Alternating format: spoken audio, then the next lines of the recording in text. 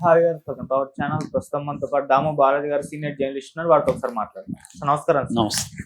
Sir, పూణేలో ఒక అమ్మాయిపై బస్సులోనే ఒక వ్యక్తి రేప్ చేశారు సార్. ఇప్పుడు ఆ ఘటన సెన్సేషన్ క్రియేట్ చేసింది. సో ఈ ఘటన జరిగిన తర్వాత 3 రోజులకు పోలీసులు ఇప్పుడు ఆ వ్యక్తిని పట్టుకున్నారు. అసలు ఏం జరిగింది మరి ఈ ఇష్యూలో? తను ఎలా పోలీసులు పట్టుకోగలిగారు సార్? పూణే బస్ స్టాండ్ లో బస్సులు రేప్ అనేది సంచలనం సృష్టించింది దేశవ్యాప్తంగా. ఒక కుదిపేస్తుంది. ఎందుకంటే 2012లో ఒక ఫిజియోథెరపీ స్టూడెంట్ నిర్భయ అని పేరు పెట్టారు. తర్వాత ఆమెను కదిలే బస్సు వెళ్తుంటే ఢిల్లీలో కదిలే బస్సులో 3 వ్యక్తులు అతి దారుణంగా రేప్ చేసి చంపేశారు. సో అది అప్పుడు దేశవ్యాప్తంగా ఇదైంది. నిర్భయ చట్టం కూడా వచ్చింది. దానివల్ల వాళ్ళని ఊరు కూడా తీశారు. దాని తర్వాత ఆ స్థాయిలో మళ్ళీ ఒక బస్సులో ఇటువంటి సంఘటన జరిగింది. ఇదేమైందంటే మొన్న 25వ తేదీ మంగళవారం అర్లీ మార్నింగ్ 5:45 నుంచి 6:30 లోపల ఈ సంఘటన జరిగింది. 5:45 ప్రాంతంలో పూణేలో స్వరగేట్ అనే ఒక బస్ స్టాండ్ ఉంది. అది చాలా పెద్ద బస్ స్టాండ్ అనమాట, స్వరగేట్ బస్ స్టాండ్. అందులో ఒక అమ్మాయికి 26 ఏళ్ళు. ఆ అమ్మాయి సతారా జిల్లాలో పల్తాన్ అనే తన ఊరి కోసం ఒక బస్సులో ఎక్కి కూర్చుంది. సో కూర్చొని ఉంటే ఒక 37 ఏళ్ల కుర్రవాడు వచ్చాడు. అతను చాలా అందంగా బాగున్నాడు, స్మార్ట్ గా. దత్తాత్రేయ రామదాస్ గోడే ఆ అబ్బాయి పేరు. అతను వచ్చి, దీది అక్కడ ఒక బస్సు కదులుతుంది, బాగుంది ఆ బస్సు, సెమీ లగ్జరీ, నువ్వు అక్కడికి వచ్చే దీది, ఇది కదలదు ఇప్పుడంతా అని చెప్పాడు. ఆర్టీసీ వాళ్ళు మనకు తెలుసు కదా, ఎక్కడైనా వాళ్ళు ఎప్పుడు కదులుతారు ఎప్పటికి తెలియదు.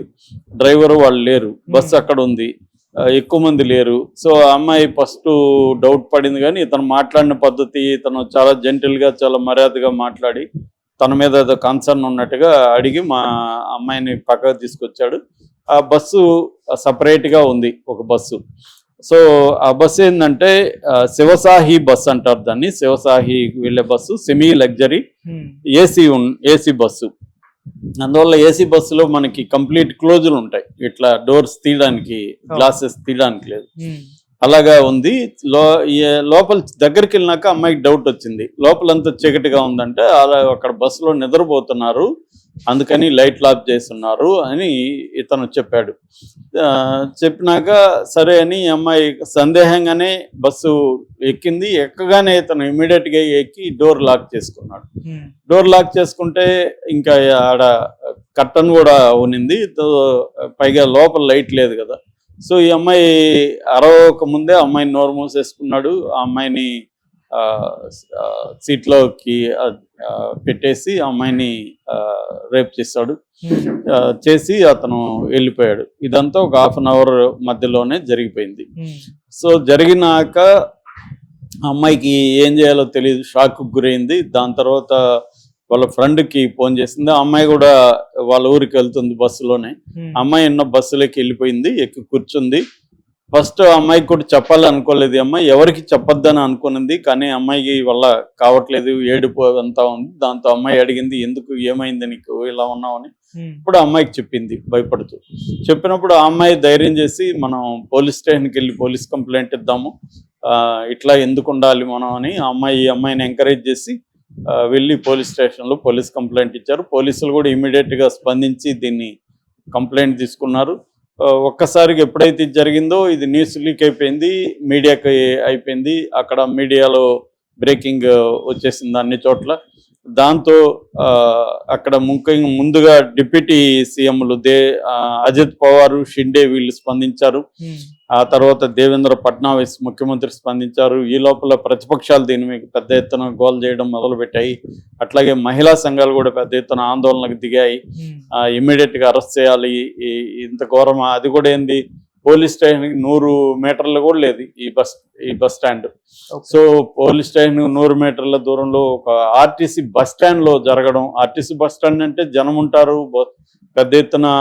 మార్నింగ్ అంటే 5:30 కంటే జనం ఆ టైంకే ఫుల్ రద్దీగా ఉంటాయి బస్సులు. ఆ టైంకి చాలా బస్సులు వెళ్తుంటాయి. అలాంటి దీంట్లోనే జరిగిందంటే ఇంకా రక్షణ ఎక్కడుంది స్త్రీలకు అన్నట్టుగా ఆందోళన మొదలైనవి.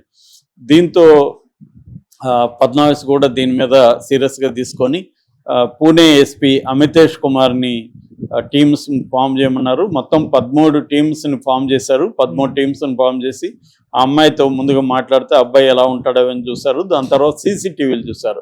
సీసీటీవీల్లో ఈ అబ్బాయి అక్కడికి వెళ్ళి ఆ అమ్మాయితో మాట్లాడి ఆ అమ్మాయిని తీసుకెళ్ళడం అవన్నీ కూడా రికార్డ్ అయినాయి. దాంతో ఆ అబ్బాయిని ఐడెంటిఫై చేయడానికి ట్రై చేశారు. చేస్తే అతని మీద ఆల్రెడీ ఒక డజన్ కేసులు ఉన్నాయి గతంలో. అతను ఆల్రెడీ అరెస్ట్ అయ్యి జైలుకి వెళ్ళి బెయిల్ మీద 2019లో బయటకు వచ్చాడు. సో వీళ్ళకి అర్థమైపోయింది అతను ఊరని. అతని డీటెయిల్స్ అంతా తీశారు.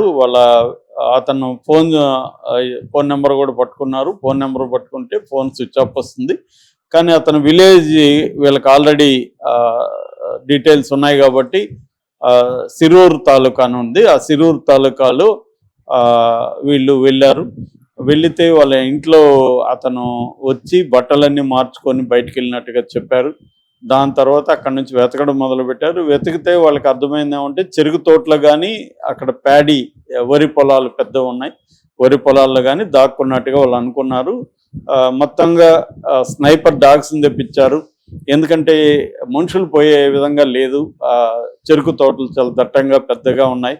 సో అందువల్ల డ్రోన్స్ని కూడా తెప్పించారు. డ్రోన్స్తో మొత్తం గాలింపు చర్యలు చేశారు. అలాగా దాదాపు 3 రోజులు చేస్తే దొరకట్లేదు ఇతను.